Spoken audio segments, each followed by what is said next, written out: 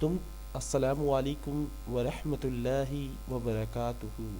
آج کی پیاری بات: تم کسی بھی انسان کو برا مت سمجھو، تم کسی بھی انسان کو برا مت سمجھو، شاید وہ ایسا نہ ہو، شاید وہ ایسا نہ ہو جس طرح تم سمجھتے ہو۔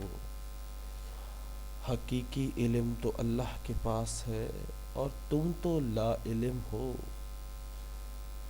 بڑی گہرائی کی بات ہے اگر اس بارے میں سوچا جائے۔ آج ہم فرقے میں پڑھ کر ایک دوسرے کو کافر کہتے ہیں، ایک دوسرے کو برا کہتے ہیں، ایک دوسرے کو گناہ گار کہتے ہیں، ایک دوسرے کو بدعتی کہتے ہیں، ایک دوسرے کو پتہ نہیں کیا کیا کہہ جاتے ہیں۔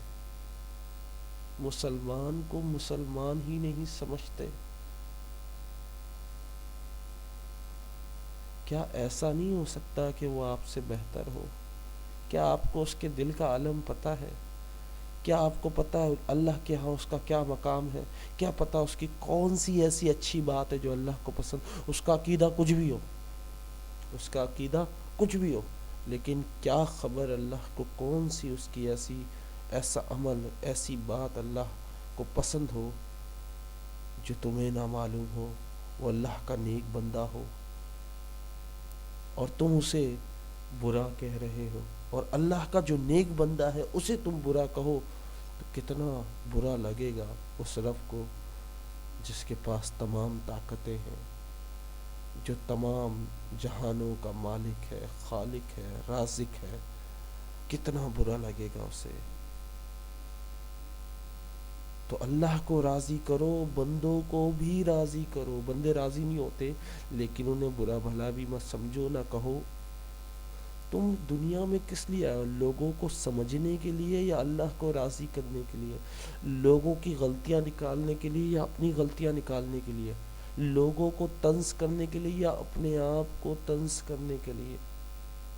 اپنے آپ میں غلطیاں نکالیں، اپنے آپ میں طنز کریں، اپنے آپ کو احساس دلائیں کہ ہمیں رب کو راضی کرنا ہے۔ اس کا میرا رب جانے، سامنے والا جانے، لیکن پہلے اپنے آپ کو تو درست کیا جائے۔ میں امید کرتا ہوں آپ کسی کو برا نہ سمجھیں گے، نہ بولیں گے۔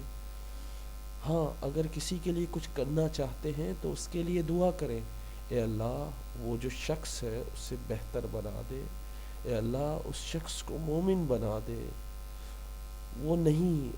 اسے نہیں پتا وہ کس دلدل میں پھنسا ہے، اسے نہیں پتا اس کا عقیدہ اسے کہاں لے کے جائے گا، تو اس کے لیے دعا کرو۔